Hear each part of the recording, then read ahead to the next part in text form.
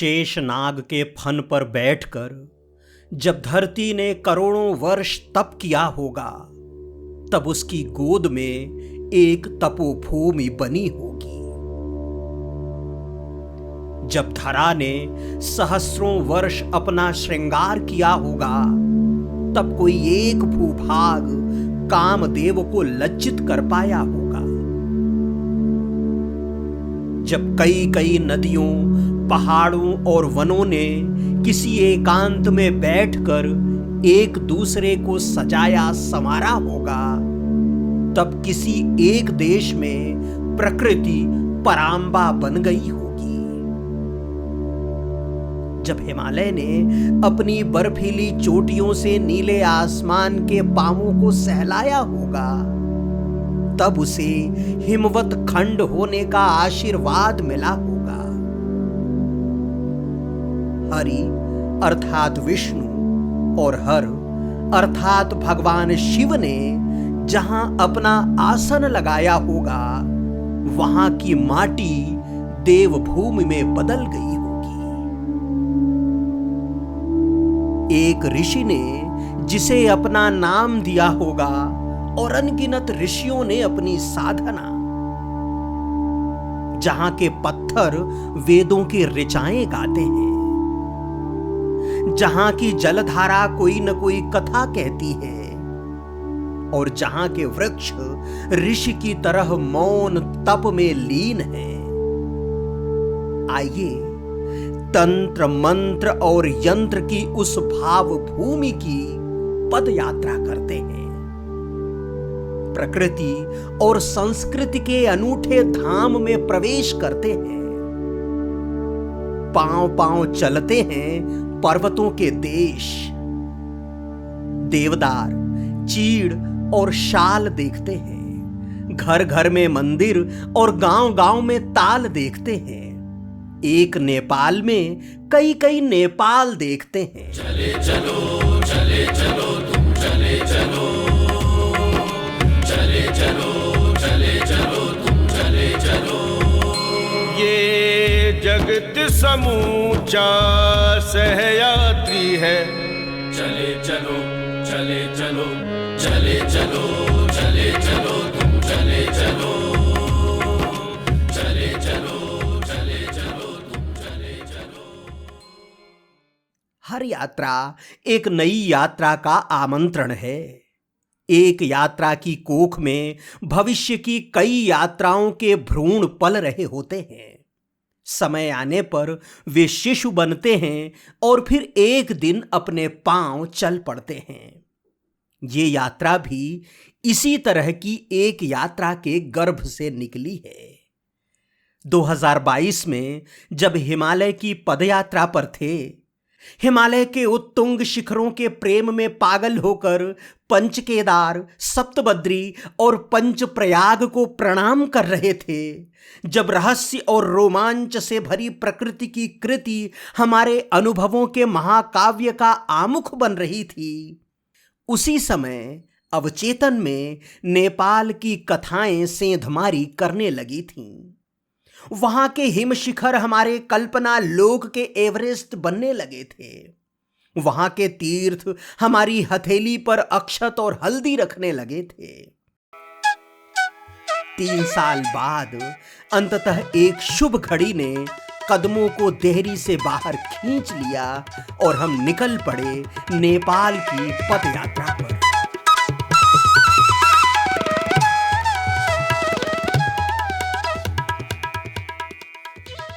अंग्रेजी तारीख थी 26 फरवरी 2025, विक्रम संवत 2081, फाल्गुन कृष्ण पक्ष की त्रयोदशी। तू पदयात्री तू कर पात्री, तू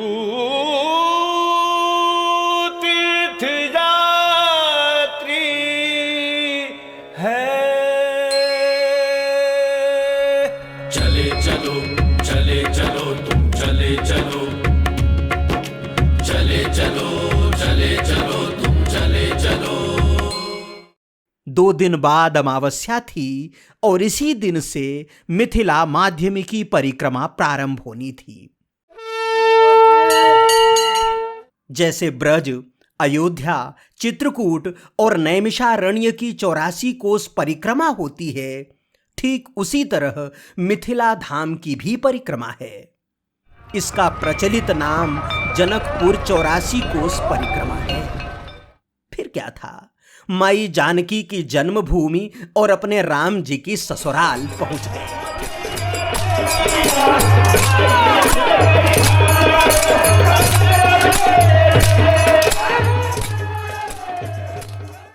पंद्रह दिन विदेहराज जनक के राज्य की प्रदक्षिणा में बीते।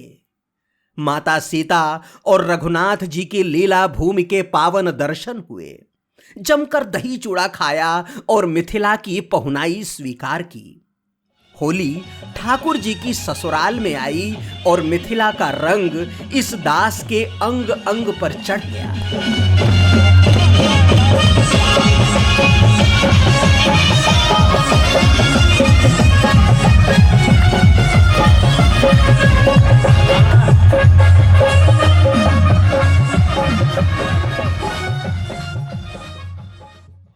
पंद्रह दिन कपूर की तरह उड़ गए और उसकी पावन गंध आत्मा में लिपट गई।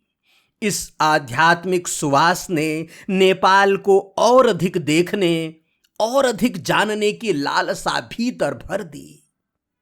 दक्षिण नेपाल के बाद अब पूर्वी नेपाल का न्योता स्वीकार करना था। उत्तर वाहिनी कमला में स्नान किया और चल पड़े वाराह क्षेत्र के लिए। महाभारत पर्वत श्रृंखला ने बाहें फैलाकर अभिनंदन किया। कमला, त्रियुगा और सप्तकोशी नदियों ने घाट घाट पर हमारी बाट आसान की और पूर्वी नेपाल का ठाठ दिखाया। ऊंचे पर्वतों पर चलते, सर्पीली सड़कों की खूबसूरती देखते और यहाँ के प्रेमिल मन वाले लोगों से मिलते मिलाते कैसे 200-250 किलोमीटर का मार्ग तय हो गया, पता ही नहीं चला। समूचे वाराह क्षेत्र में जो देखा और जिया, उसका वर्णन यहां नहीं करेंगे। जब वाराह क्षेत्र को विस्तार से दिखाएंगे, तभी वहां के गुण गाएंगे। देवभूमि के चमत्कार देखने हैं तो इतनी प्रतीक्षा तो करनी होगी। चले चलो तुम चले चलो। तू पदयात्री तू कर पात्री, तू पदयात्री तू कर पात्री, तू तीर्थ यात्री है। चले चलो तुम चले चलो। चले चलो तुम चले चलो। ये जगत समूचा सहयात्री है। चले चलो तुम चले चलो। चले चलो तुम चले चलो।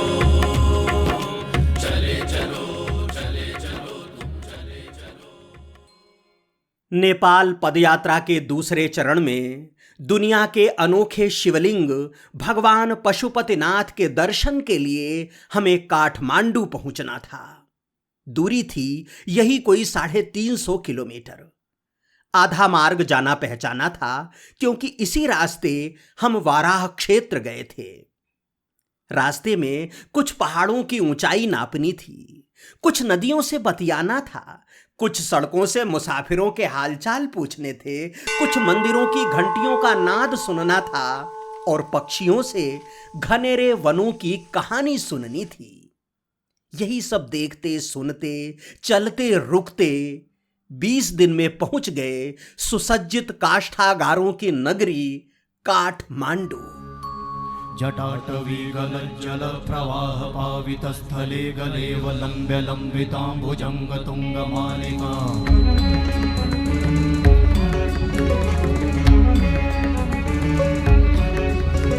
जटाटवी गलज्जल प्रवाह पावित स्थले गलेव लंब्य लंबितांबुजंग तुंग मालिका।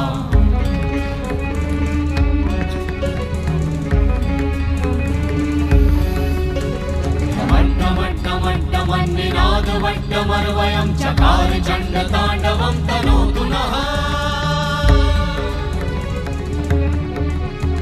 शिवं शिवं शिवं शिवं शिवं शिवं शिवं शिवं शिवं शिवं शिवं शिवं शिवं शिवं शिवं शिवं।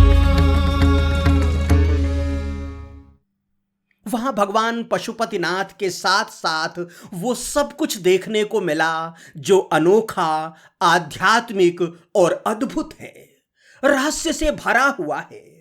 जो बहुत कुछ चर्म चक्षुओं से देखा जा सकता है, लेकिन बहुत कुछ देखने के लिए अंतर्मन की आंखें खोलनी पड़ती हैं। यहां शिव आराध्य नहीं, समस्त चेतना की आराधना है। ये स्थान केवल मंदिर नहीं, एक मौन है जिसमें शिव ध्यानरत हैं।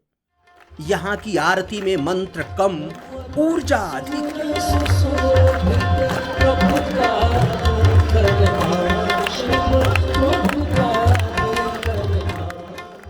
यहां शिव के अलावा शक्ति, विष्णु और बौद्ध धर्म का ऐसा संगम है जो धरती के किसी भी अन्य हिस्से में देखने को नहीं मिलेगा।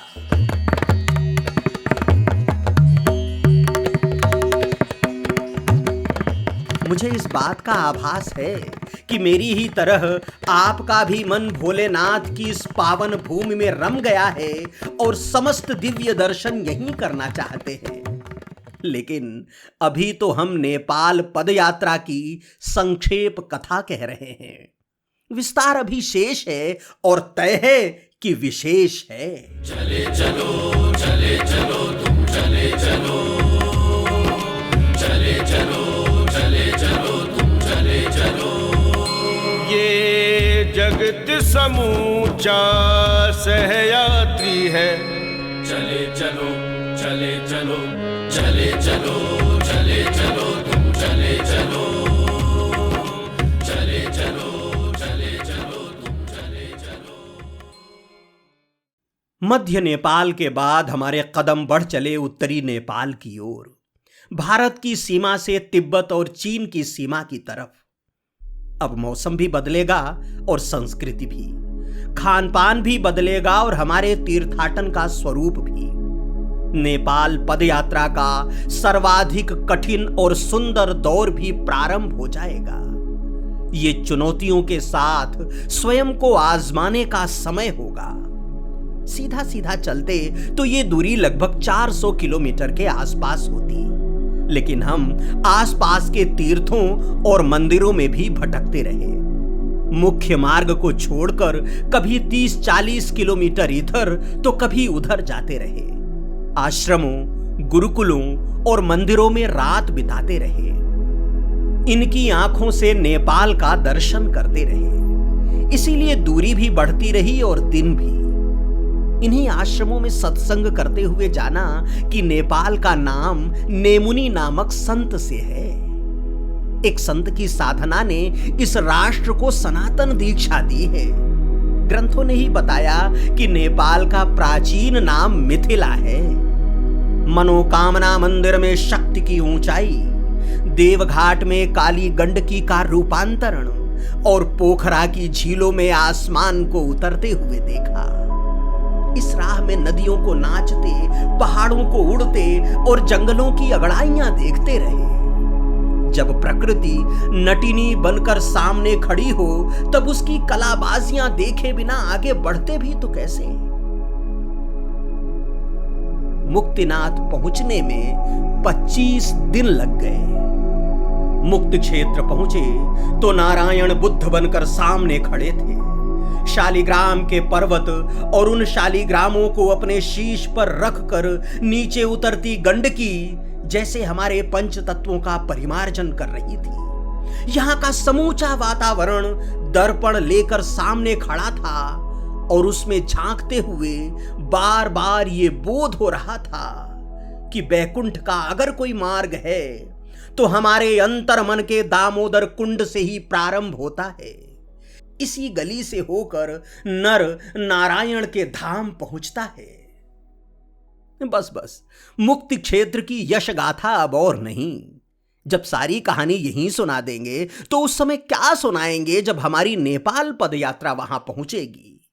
उस हाड़ कपाती ठंड के लिए कुछ गर्म किस्से तो अपनी अंगीठी में बचाकर रखने होंगे ना। दीम दूम दना दीम दना दीम दूम दना दीम दना दीम दूम दना दीम दूम दना दीम दना उदनी। अब चलिए काली गंडकी का हरा आंचल पकड़कर पहाड़ों से नीचे उतरते हैं, उस रुरु क्षेत्र की ओर चलते हैं जहां एक अप्सरा की पुत्री के तप से प्रसन्न होकर नारायण प्रकट हुए और आज तक उसी स्वरूप में खड़े हुए हैं, जिनके दर्शन से आज भी साक्षात ऋषिकेश के दर्शन का सौभाग्य मिलता है। जिस पुण्य भूमि में देवदत्त नामक ऋषि का तप है, देवराज इंद्र की भेजी अप्सरा का सौंदर्य है और काली गंडकी का आध्यात्मिक प्रवाह है। 3 झूला पुलों से जुड़ते 3 घाट हैं और तीनों ही घाटों का अपना ठाठ है। श्री मुक्तिनाथ से लेकर रिडी तक गंडकी और काली गंडकी का कॉरिडोर इतना सुंदर है कि चलते रहेंगे, देखते रहेंगे और मन अघाएगा नहीं। मंदिर, नदी, वन, पहाड़ और झरने पग पग पर लुभाएंगे, अपने आने और बनने का नया नया किस्सा सुनाएंगे। वो सारी कहानियां हम आपको तब सुनाएंगे जब यहां पहुंचेंगे।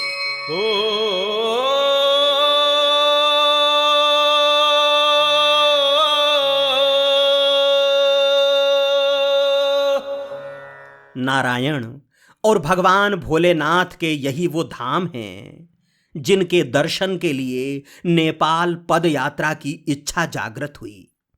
जैसे भारत में 4 धामों का अपना महात्म्य है, उसी तरह नेपाल में भी 4 धाम माने और पूजे जाते हैं। पूर्व में वाराह क्षेत्र, मध्य में पशुपति क्षेत्र, उत्तर में मुक्ति क्षेत्र और पश्चिम में रुरु क्षेत्र। नेपाल भले ही इन 4 धामों को ही अपना मानता है, लेकिन हमारी दृष्टि में नेपाल 5 धामों का देश है। तीर्थों की दृष्टि से हम इसे 5 भागों में विभक्त कर सकते हैं।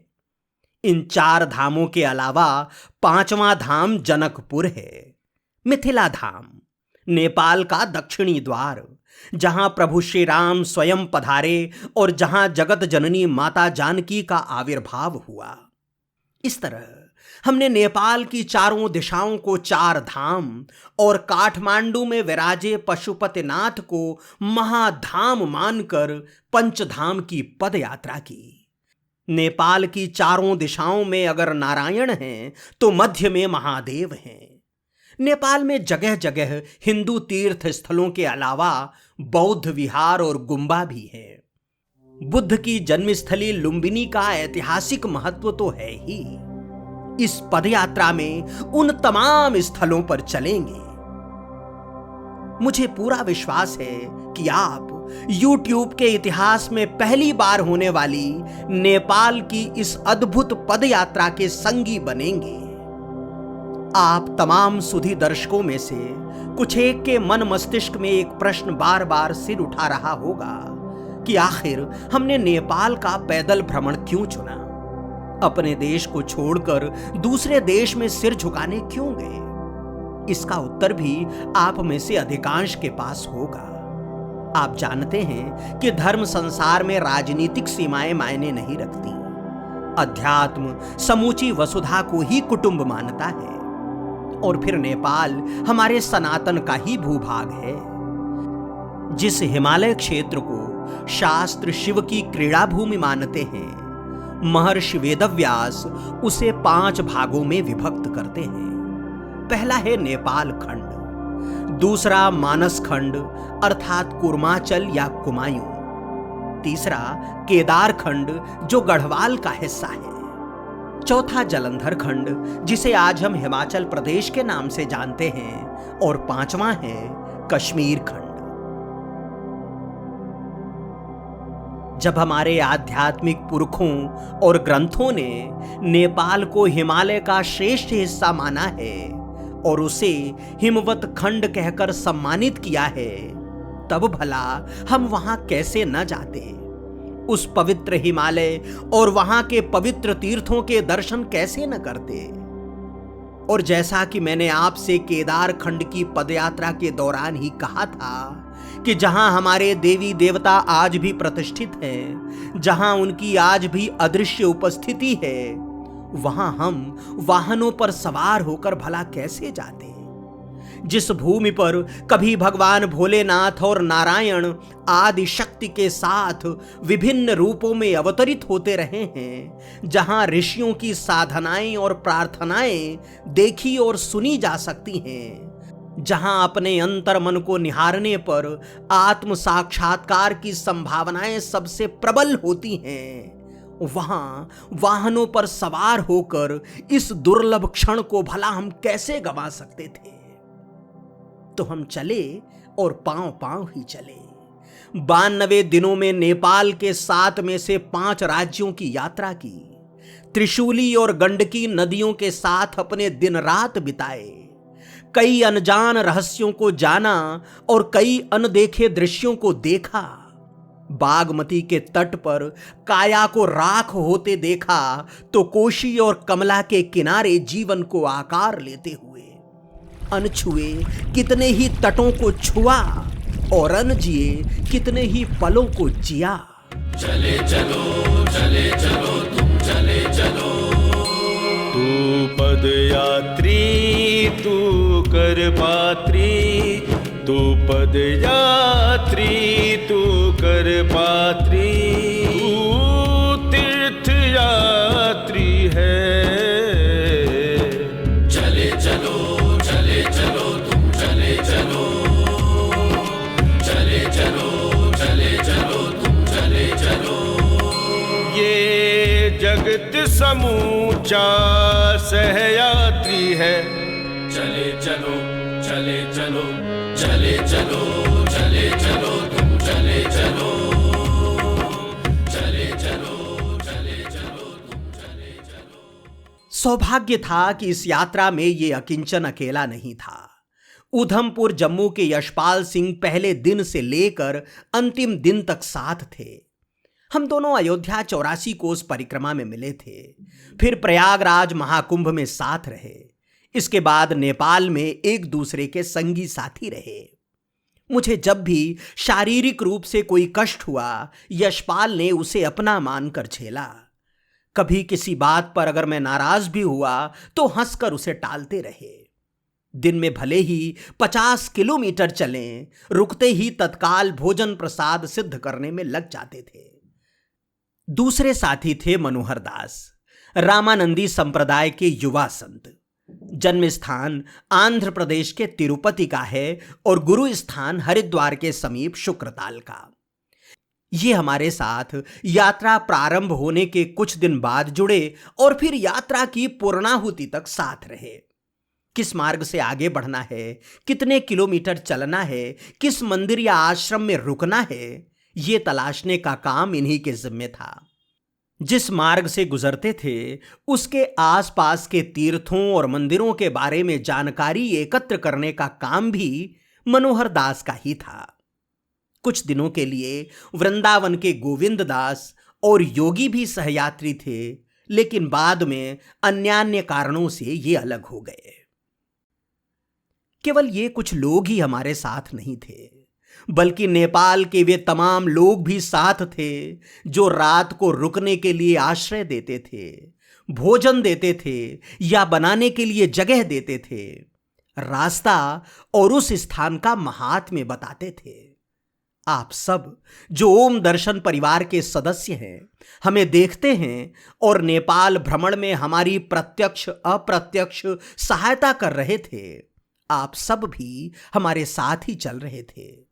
आप सभी का अंतर मन से आभार। इसी तरह साथ देते रहिएगा और साथ बने रहिएगा, क्योंकि हम कहने को तो अकेले निकलते हैं, लेकिन धीरे धीरे सबको साथ लेते हैं और सबके साथ चलते हैं। जंगलों में, पहाड़ों में, नदियों के किनारे, सूनी गलियों में चलते हुए हमारा एकाकीपन उस समय दूर हो जाता है जब दूर बैठकर आप हमें देखते और स्नेह देते हैं। तो आइए 3 महीने में हमने जिस नेपाल को देखा और महसूस किया है आपको भी दिखाते हैं। ऋषियों की जिस साधना भूमि, देवताओं की लीला स्थली और प्रकृति के सौंदर्य की पराकाष्ठा का आनंद लिया है, आपको भी उस आनंद लोक में ले चलते हैं। जिन वादियों में मंत्रों की गूंज सुनी है, हवाओं में ध्यान और मिट्टी में तप का ताप पाया है, आपको भी पंचभूतों के उस माया लोक का साक्षात्कार कराते हैं। नेपाल में चलते और नेपाल को देखते हुए आपको बार बार ये अनुभूति होगी कि यह केवल एक देश नहीं, ईश्वर के सबसे कोमल स्पर्श का नाम है। उम्मीद है आपको नेपाल पदयात्रा की एक झांकी देखने को मिल गई होगी। प्रकृति ने घूंघट के पट खोलकर लुभाया होगा, आध्यात्मिक सुवास ने सांसों को महकाया होगा। आने वाले दिनों में हम इसके विस्तार में प्रवेश करेंगे। नेपाल पदयात्रा का प्रारंभ होगा मिथिला माध्यमिकी परिक्रमा से, अर्थात जनकपुर 84 कोस परिक्रमा से। अगला वीडियो उसी परिक्रमा का होगा। तब तक के लिए यायावर ओम द्विवेदी को अनुमति दें। चलते चलते वही एक निवेदन, अगर आपने अभी तक ओम दर्शन चैनल को सब्सक्राइब नहीं किया है तो कृपया कर लें। अगर आप चाहते हैं कि हमारा ये सनातन धन जन जन तक पहुंचे तो परिचितों और मित्रों के साथ साझा करें। हमने अपने हिस्से का काम किया, आपका काम आपको करना है। हमारी भक्ति को अपनी शक्ति दें। हर हर शंभो, जय जय सीताराम, नर्मदे हर। चलो तुम चले चलो, चले चलो।